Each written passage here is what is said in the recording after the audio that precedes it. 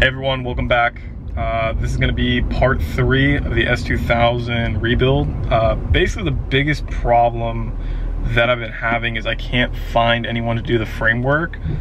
You'd think that it'd be kind of easy, but basically all the body shops around me, they just want insurance projects. You know, they want something that they're going to be able to bill a lot or bill a very high amount and get paid on an insurance job, versus people like me that want to get it done, you know, as cheap as possible, as fast as possible. They'd rather take those clients and make a little bit more money. I figure there's still a lot of stuff that I have to do on the car, and there's still some stuff I can do without them. So today is going to be kind of the rest of the teardown. Last time I tore everything apart, so it's going to be more or less fixing. I'm going to try and do the seat belts, pull the other airbag out, and then see what else I can do with the car, and then kind of set a game plan. And if anyone knows a frame shop, hit me up.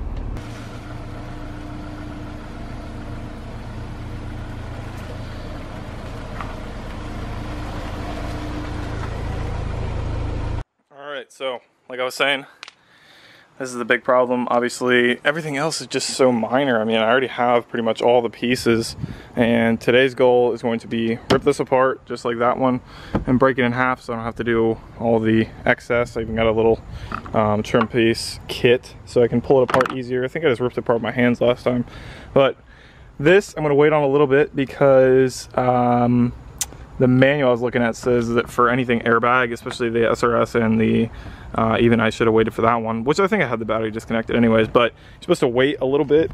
I think it's 10 minutes, 10-20 minutes, something like that, with the battery disconnected before you're messing with anything airbag.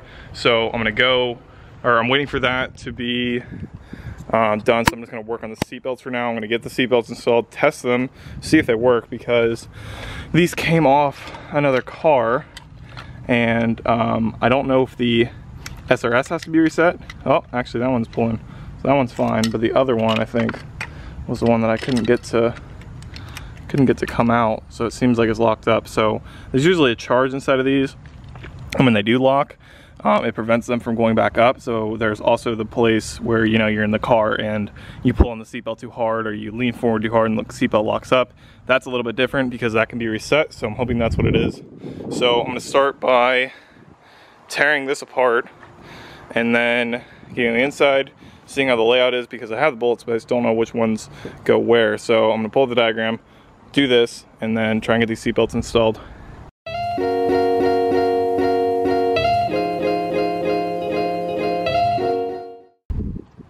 All right, seatbelts are out. It was much easier the second time around. I was struggling with this piece a little bit, but next thing to tackle, I think, it's gonna be the SRS module. They're saying it's right behind the radio, and if I can't figure it out on my own, I'm just gonna get the service manual. So I'm gonna do the SRS module, try and get that out, then we're going to the airbag. Apparently it's saying that I should disconnect every single airbag, so that includes this one. I already have the passenger out, the seatbelts are out, and that's the only other part of the SRS. So I'm gonna go ahead and remove this. I think it's just 2 little bolts. I already moved the plastic trim on the side, so I think it's just 2 T20 Torx bits, and then this should come right out. Well, that was not easy. Literally, both these drills didn't have the torque to do it. Ended up being me. I think it's just because they're dead batteries, but should be it. Got the airbags finally out, and I just got to disconnect the clip on this side. Should just be a, let's say it's a pull down, and pull it out of the housing. There we go. So I can do it with one hand. Boom. All right. All right, airbags are out. I'm gonna continue reading on the SRS stuff, and then hopefully I'm gonna be able to go through the dash, pull it out, and then we can get that sent off. All right, well, just like everything else in this car, it just got a whole lot more difficult because I was just going through the service manual. Get the SRS, get rid of the center console, and then you got to do the exterior of the radio shell, so all this stuff. And then, because I already got it kind of propped, so I kind of guessed where the tabs were, so I kind of got half of it done. So first things first, I started pulling these trims off on the other side, these little tabs. So I'm going to pull those off. We're going to have to go through the top, so I'm going to have to remove the nut on the shifter, move the shift knob, disconnect the, I think this is the hazards in the roof, and then it should come right up, and then I should be able to access that, get through those trims, get to the SRS, and we can pull it out. So I will see you in a bit.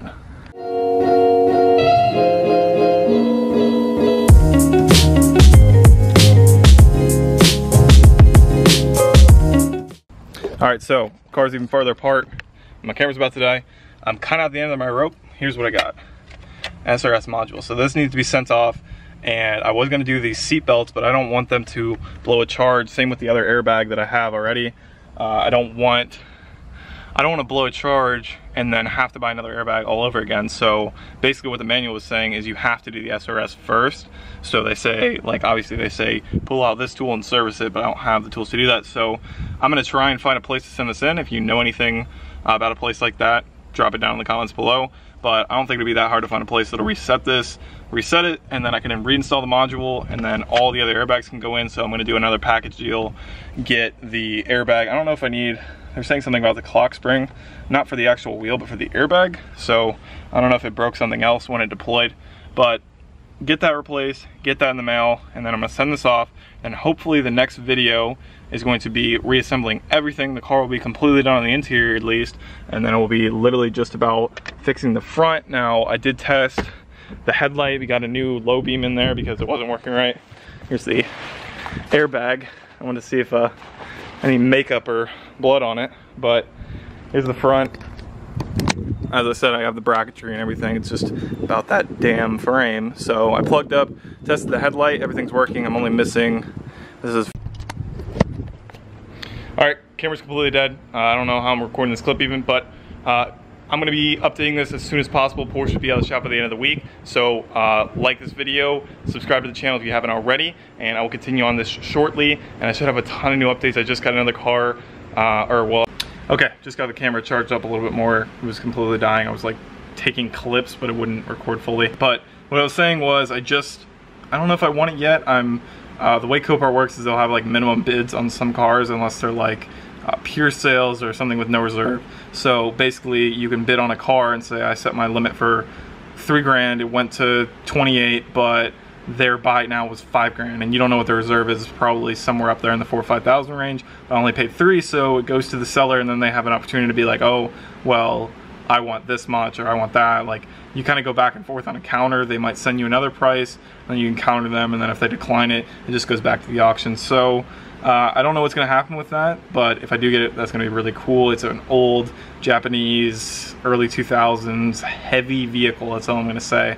But that should be out of the shop. I'm assuming that what's going to happen is all the projects are just going to come in at once. So obviously the Porsche has been away for a year and a half. I don't even think I have that car because it's just not within my grasp. You know, I don't have the keys in my possession pretty much, so I don't see it as being here. So hopefully I'm getting rid of the red car, getting rid of the black car, and getting rid of the bike, and then we're going to have the S2000, the new car, the Porsche, the Hellcat, and then whatever else I find. So stay tuned to the channel. I'm going to start, I want to start a posting schedule, so maybe I'll be posting twice a week at least, and then obviously if I find more time, might be 3 times, might be 4 times. I'm posting this video, and then the way I'm going to upload it, I'm going to have one for yesterday. So if you didn't check that out, I did a little dealership honesty test because I had to take my Hellcat in to get serviced. So go check that out if you haven't already. Subscribe to the channel and like this video, and I will see you guys next time.